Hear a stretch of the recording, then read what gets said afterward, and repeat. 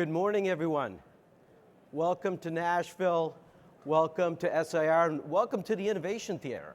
My name is Diku Mandavia. I'm the Chief Medical Officer of DeepSight, and we're really excited to share with you some breakthrough technology that I think all of you will really appreciate.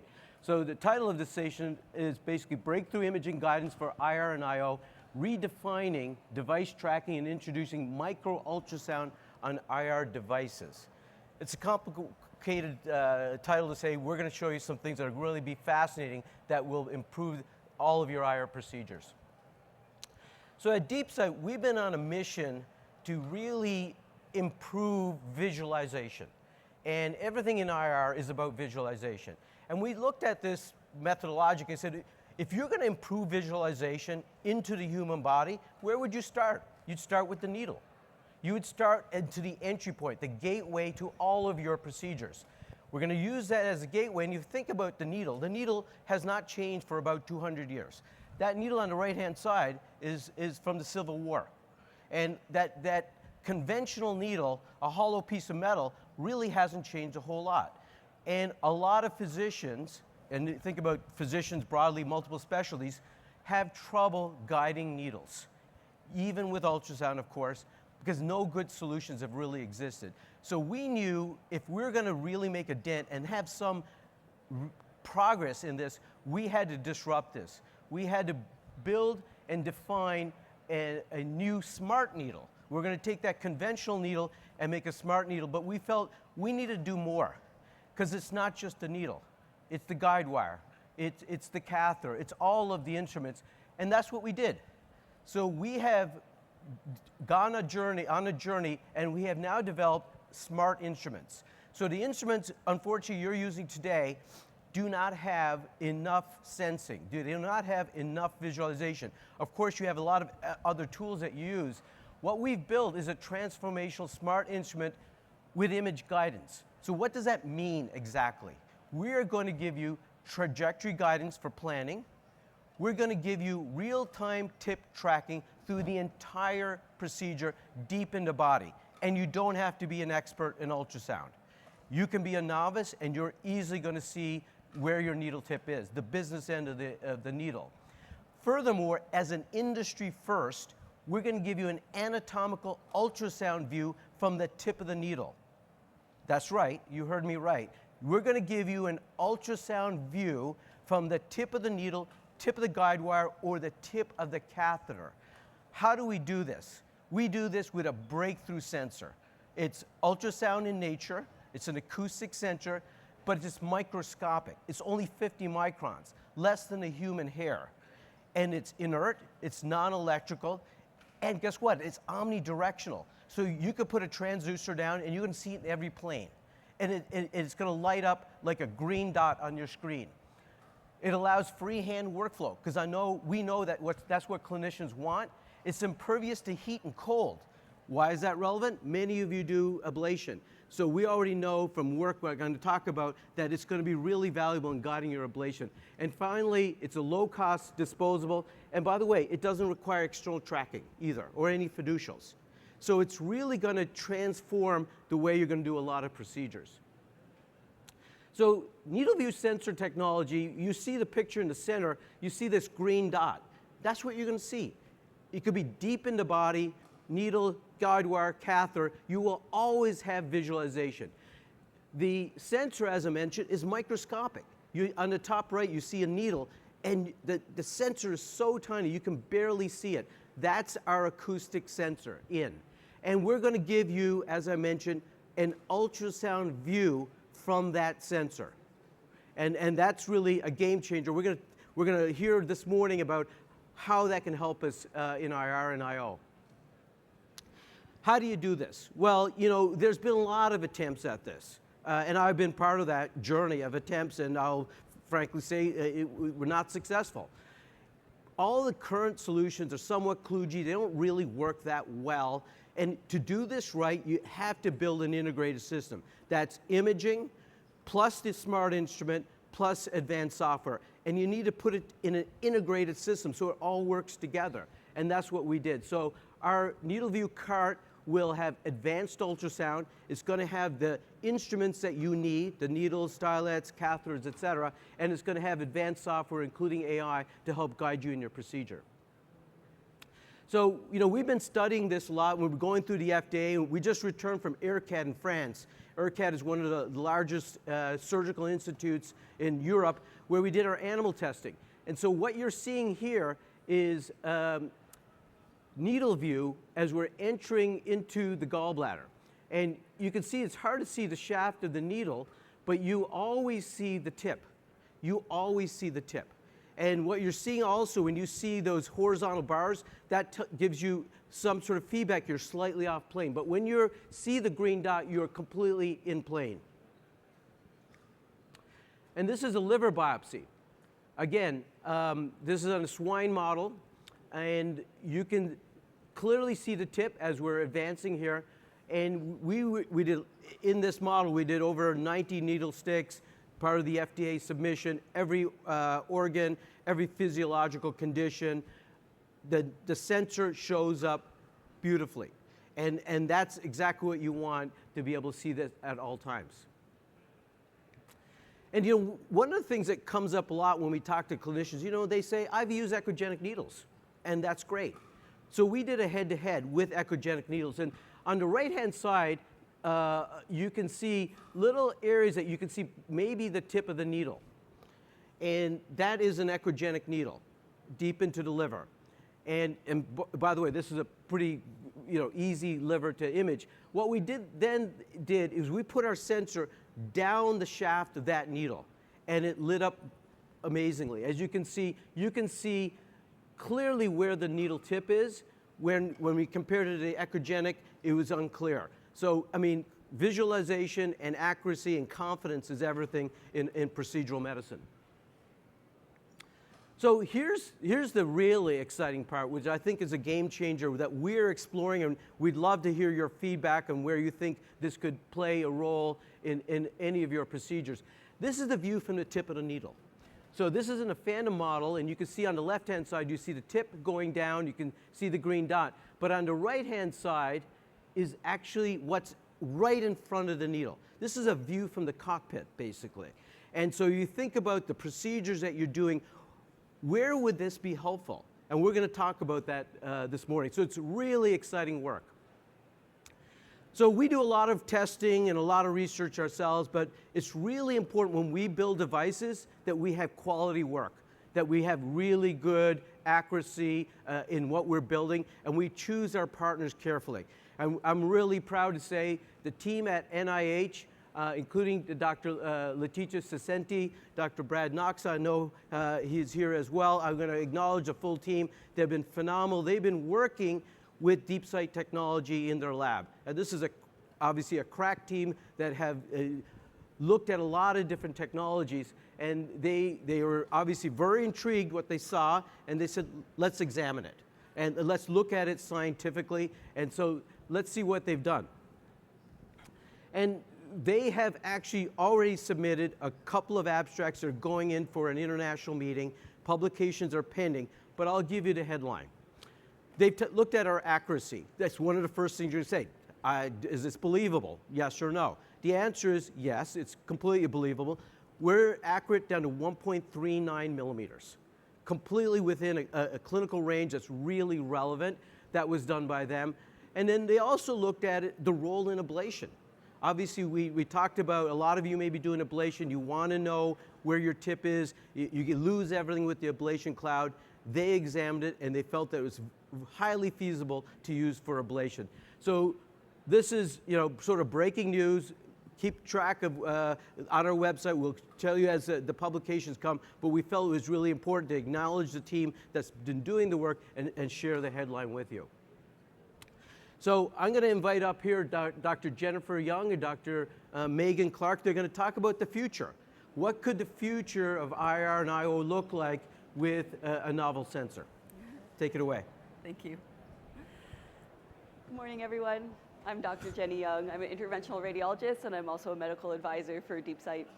So you got a little intro on what our sensor can do, but there's so much more that this can be applied to, especially in the IR space.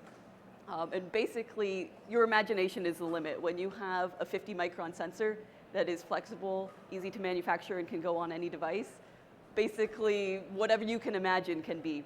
So I don't know about you, but my patients tend to be pretty large, and oftentimes the ultrasound conditions are very heterogeneous. It's very difficult to visualize when you're doing a biopsy to see where your needle tip is, because where is your tiny echogenic tip in a heterogeneous liver full of echogenic foci?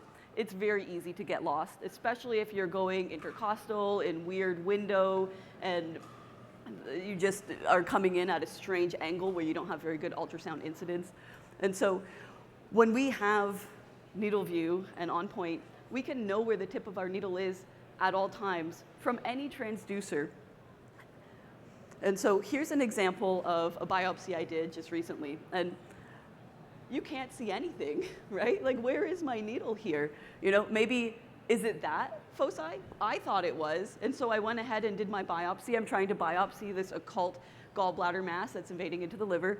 And when I fire my gun, I realize, nope, I'm actually over here. This was a little bit of post-biopsy gas that tricked me. And my true needle tip was in a different area. I mean, as an IR perfectionist, this is completely unacceptable, but it does happen from time to time. And if I had NeedleVue, I would have known in that first image, not only was I out of plane, but my needle tip was not where that echogenic foci was. And then I would move my transducer and find myself when I see that green dot. I know that that little echogenic foci is actually my needle tip. So I know you guys already heard how it works, but essentially when we put a sensor on the tip of the needle, we are able to know that sensor's location in regards to the ultrasound source. And so if we put it on the tip of a needle, we're able to detect and know in the X, Y, and Z plane where our needle tip is located. So I don't know if you guys have had similar situations, but it's 3 a.m., you have a patient, they're in the ED, and they're having massive bleeding. In this case, the patient is having portal hypertension, and they're bleeding from varices. So I have to connect the hepatic vein to the portal vein by using a little incision in the neck, putting my TIPS needle down, and connecting these two vessels together to put a TIPS shunt and decrease the portal pressure. Once you do it, once you're in the portal system, it's pretty obvious what's going on, and you can see I've put a TIPS shunt in here. But when you're working on fluoro, you only have fluoroscopy. You can't see the portal vein, the hepatic artery, the biliary system, hepatic vein. It just looks like this, and you're going to be skewering a needle through here, essentially blind, and just poking over and over until you get in. We have certain things like CO2 portography, ice, and internal fiducials that we put in the portal vein, but none of them are excellent, and they all are lacking that extra plane, the z-axis of localization. And so one view is no view. I'm sure you guys have heard that before. So in this video on the left, you can see I look like I'm touching my fiducial every single time, but if you had that z-axis of information, you can see that I'm missing every single time. And this is what happens to us on fluoro and why we struggle to get into the portal vein. And so what ends up happening is we have to get tangential views where we're looking over and over, checking out where's our needle in relation. And this leads to excessive fluoroscopy times. And this is a chart showing average IR procedures fluoro time. And TIPS is just in a whole other ballgame. Not only is that excessive radiation to our patients, but that's excessive radiation to me and my team. And so we've been thinking about this problem. There must be a better way. And this is where DeepSight comes in. So imagine if I put a sensor on the tip of my TIPS needle. Now, when I go and do my puncture, I'll have omnidirectional understanding of where my needle tip is. So this picture that's playing on the bottom, that's actually from our laboratory where we were using explanted bovine liver. And you can see when I'm in and out of plane puncturing into that vessel. But more excitingly is the picture on the top. The one on the left is from the percutaneous ultrasound, but the one on the right, this is the view from the tip of my needle looking directly at the portal vein. So in theory, I could be doing a TIPS, I could be advancing my TIPS needle, and I would be able to see the portal vein. And I could even use color flow on it. It's color flow capable, and I would know if it's patent, if it's thrombosed. I could also detect if there was a hepatic artery that I might be traversing on the way in. So this really increases the degree of safety. A lot of people use internal fiducials, like percutaneous hepatic access with a little wire to use as a puncture target. And I do the same thing too. So here's an example of my internal fiducial. But here's where we bring tips to the next level. What if we put a sensor on that fiducial? And now we have 2 sensors. What would that look like? And so you can imagine having the ultrasound. It could be percutaneous. It could be internal from ice. Basically, any ultrasound source would work. And we can know in 3D space where a sensor is compared to the origin of ultrasound. That's how our sensor runs. So because of that, we also know what is the distance between sensors. So now we can use this for localization. We don't need an external field. It's just using the ultrasound that we're already using. Now we'll know how to target. You can touch your needle to the sensor, and it will tell you in X, Y, and Z coordinates exactly where you need to go. So here's an example. I used ice as my ultrasound source. And you can see in the picture, this is theoretical, but very possible that you can advance your needle tip. You'll know where your needle tip is, and you'll also know where your internal fiducial is in relation to your needle. And here's an example if you were to do it by percutaneous ultrasound, looking at the hepatic vein and portal vein. And we can display this data in many ways, and we're still working on how we would like to display this. But if you look at this, you can see the X, Y, and Z coordinates I showed you before. But we can display the data as well as a Cartesian plane. And I don't know about you, but my brain works like a C-arm. I like to see things in tangent because that's how I work when I am doing IR procedures. And so if we display these vectors, I'll know when I'm moving my needle, if I'm getting closer to my target, the vector is smaller. If I'm getting away, then I'm traversing away from my sensor. So you can do a 1 puncture TIPS procedure just by carefully moving it and touching the sensors together in the portal vein. And that's a game changer. When it's 3 a.m. and I'm doing a TIPS, I don't want to be puncturing blind. I want to just know exactly where to go and do it in 5 seconds. So the sensor is really tiny, and it can work with any ultrasound, and it can go on any device that you could imagine. And so I'm sure you all can think of interesting ways to use this device. Dr. Clark is going to come up now, and she's going to give us another example of a use case. Thank you, Dr. Young. So my name is Megan Clark. I'm from UNC, and I'm going to talk to you about thoracic central venous reconstruction and how I think DeepSight technologies can make these procedures safer for patients. So thoracic central venous occlusions are very common in the setting of chronic hemodialysis, pacemakers, prior DVTs, and in the setting of malignancy. Unfortunately, standard recanalization techniques that we use in the veins below the diaphragm and arteries peripherally are substantially riskier in the thoracic central veins due to surrounding critical structures and just central venous anatomy. Essentially, the thoracic central veins are just much less tolerant of the trial and error of extravascular passes required to cross these long segment chronic occlusions. Upper extremity fistulas further complicate this risk profile due to arterialized pressure on one end of the occlusion. So this is a case I had earlier this year. It's a 60-year-old male with a history of chronic hemodialysis through a right upper extremity fistula. He's presented with multiple recurrent episodes of hematemesis due to downhill esophageal varices from a focal SVC occlusion, requiring multiple hospital admissions and endoscopic banding procedures. When I saw him in clinic, the bleeding episodes were increasing in frequency and severity. So here's the coronal and sagittal view of his focal SVC occlusion. You can see it's right at the superior cavitary junction, which is also the pericardial reflection. So this is our initial angiogram demonstrating segmental occlusion of the SVC. The SVC is very dilated, measuring approximately 18 millimeters, and the occlusion measures 17 millimeters in length, at least angiographically. We had bilateral upper extremity access and right groin access, and I was working from below. And I took my first pass, and to my surprise, I was using a standard Campina glide, and the wire and catheter sailed very easily. but the wire wasn't behaving it wasn't really behaving appropriately, like it was in a really large lumen. So I took the wire out and I inject contrast, and I see this, which is a pericardiogram, not at all what I wanted to see. I want to stress how non-aggressive this pass was. This was done with one hand, like the back end of the wire was still in the housing. So this was like the most basic blunt recanalization technique on the first pass, and this happened. So I immediately put the ultrasound probe on his chest, and for reference, this is a subxiphoid view of his pericardial space prior to the procedure. I now see this, which is enlarging pericardial effusion. I immediately call for all of my available partners. And unfortunately, the patient decompensated hemodynamically, so we placed a pericardial drain and evacuated 350 cc's of blood over the course of about 15 minutes. He was ultimately admitted to cardiac surgery and unsurprisingly went on to develop pericarditis.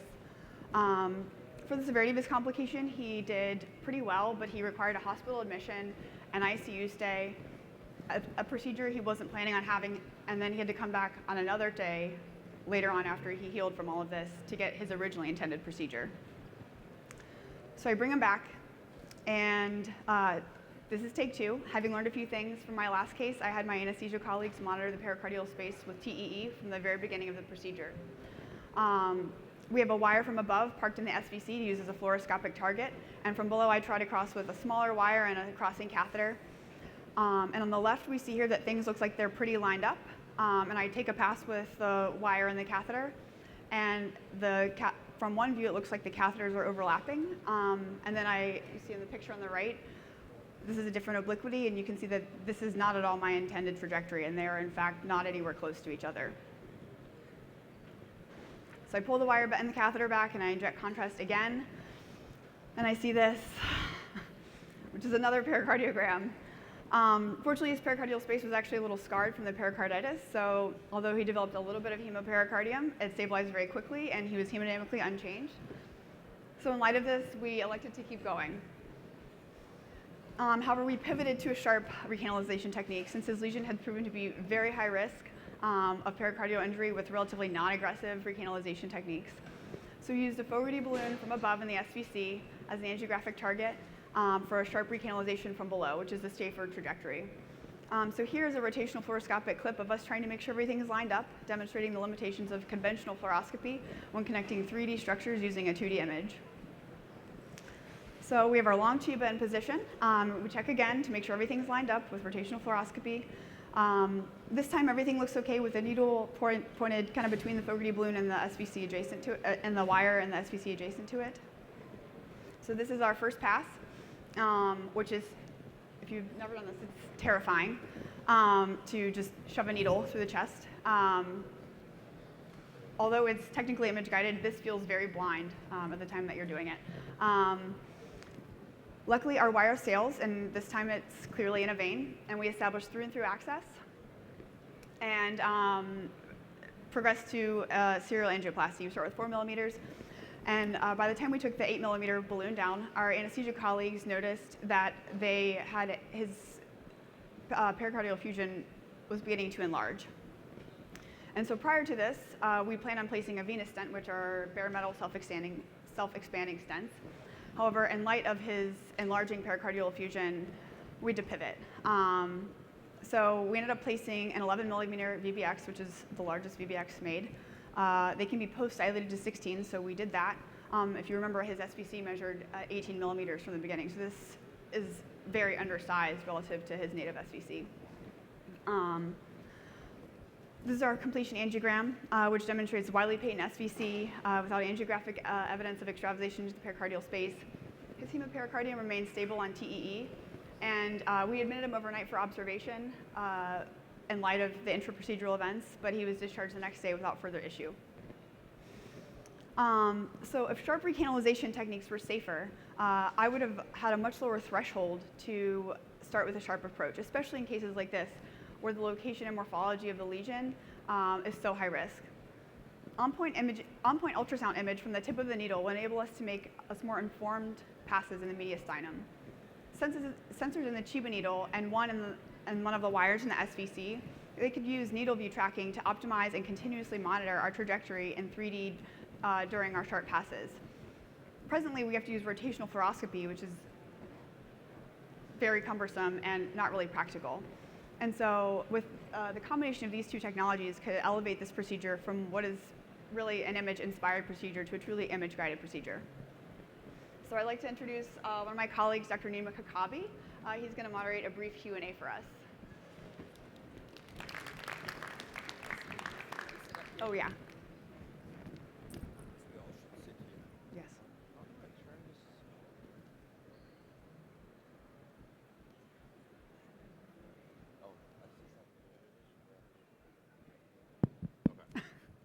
It's the most challenging part of today.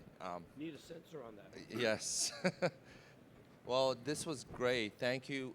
Oh, wow, this packed room. I didn't even realize. This is awesome. Yeah. So great technology. I am learning about this kind of like you are as well. Megan asked me to help with this, and immediately I was very attracted to this because I think, as Jenny has said as well, sky is the limit in terms of all procedures that we do. One of the reasons I never go near venous recanalization is because of all the shortcomings of the current techniques that we have. And I think that this will be a game changer for that. It will be a game changer for tips and so many other things. So do we have any questions from the audience? Because I have some questions, but I want to see what. Do you mind sharing the microphone so everybody can hear the person who's asking question? In the front. Oh, they have a mobile microphone. There's a gentleman here.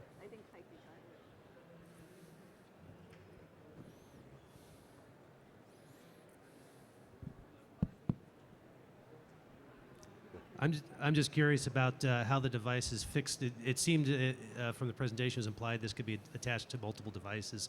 What the fixation process is, what you need to do, how long it takes, how stable that fixation is. I can answer that. Okay, go ahead. Yeah. Go ahead. So I had the joy of going to the laboratory and seeing how they're fixing it. So it's not something that's like a clip-on, like it has to be manufactured inside of the device. So it does require a manufacturing process. It has to be essentially DeepSight branded XYZ. One thing that we have done is looked at standard biopsy devices and putting the sensor on the internal stylet of it so that you can have a generic stylet that would fit into any device.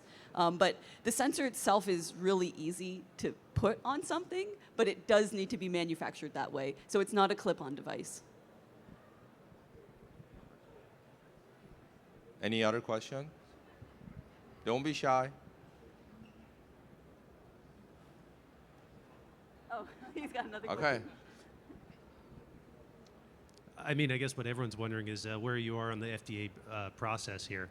Okay, absolutely great question. So we've already submitted an initial FDA application. It's going to be a couple of different submissions. One submission's already in, went in about a month ago. We expect clearance and device ready for sale by the end of the year. What indication are you going for? So the initial indication will be deep abdominal biopsies. So, and after that, we will expand from there. So, for those that are early adopters, those that want to sort of define the future, come talk to us. We're starting with obviously a limited market release early next year, but we're looking for the right partners, those that can recognize the value of a technology like this. Any more questions? You're making my job I very could easy. stay here for an hour. So Keep them going. the images you're getting from the device, the sonographic images, is there a range limitation both from the tip of the device to what you're looking at?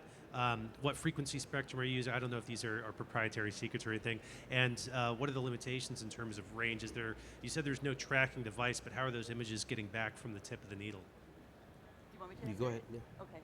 Sorry, there's a couple of questions there. So how the imaging gets back to the device to display, it actually, that fiber that we have goes all the way back. So you have to have an external wire, which is normally the case. Almost every device, you're always holding it in your hand and it's going into the patient. So having it connected to a little wire that connects to the ultrasound machine it's not so cumbersome. In all of our prototypes, the ones that I've used, it's not very heavy. It's very, very small, thin thing. So I don't find it to be very cumbersome.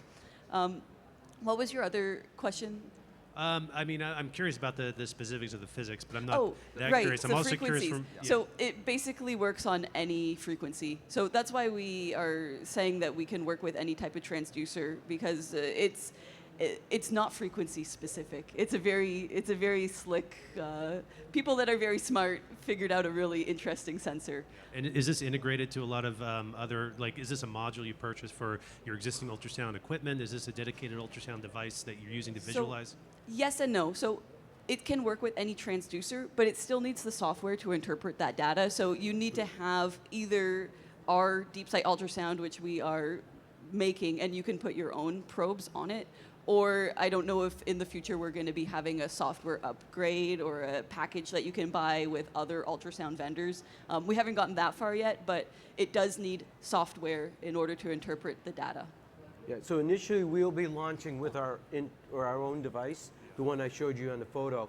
But obviously we have also a pathway and a bolt-on solution to the large existing install base with the multiple vendors. And I'm intrigued by your impervious to hot and cold. Something in me wants to test that out and see how true that is. But I'm just curious. Like you've put this device in ablation fields before, or in the peri-ablation field, or how impervious are we talking? I mean, I will credit the NIH, the team at NIH have studied this, and it has worked exceedingly well. We can talk to you more about the details of that. I can't, it's somewhat under embargo, but they did a deep analysis, and they believe our solution will fit very well with ablation.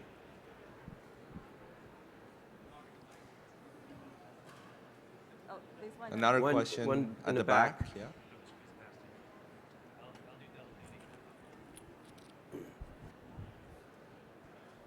Thank you. So I was just wondering about the viewing depth. I think I saw that it was 12 millimeters or so. Is that right? And I was wondering if that impacts the possible applications of the device and whether there's any plans to potentially extend that viewing depth. Oh, yeah. I mean, It was actually 1.3 millimeter. Wait, correct? you're talking about the accuracy? or Or the deep? depth of view Oh, of no. the device. Unlimited. Yeah, I don't think there is a limit, but Yeah, it'll be consistent with the transducer that you're using. So you're gonna image with your external transducer, and we're gonna image in front of that with the tip of the needle. Yeah. So the limitation comes from the transducer that you're using. If ultrasounds can get into that area, our sensor will detect them. Gotcha. Thank you. oh, we're past time. Actually, it was until 10:30, right? Yeah. I mean, Who's got a flicker? But we can keep Oh, going. yeah, good. Oh, good, okay. any more other questions? Yeah. Oh, one more question here.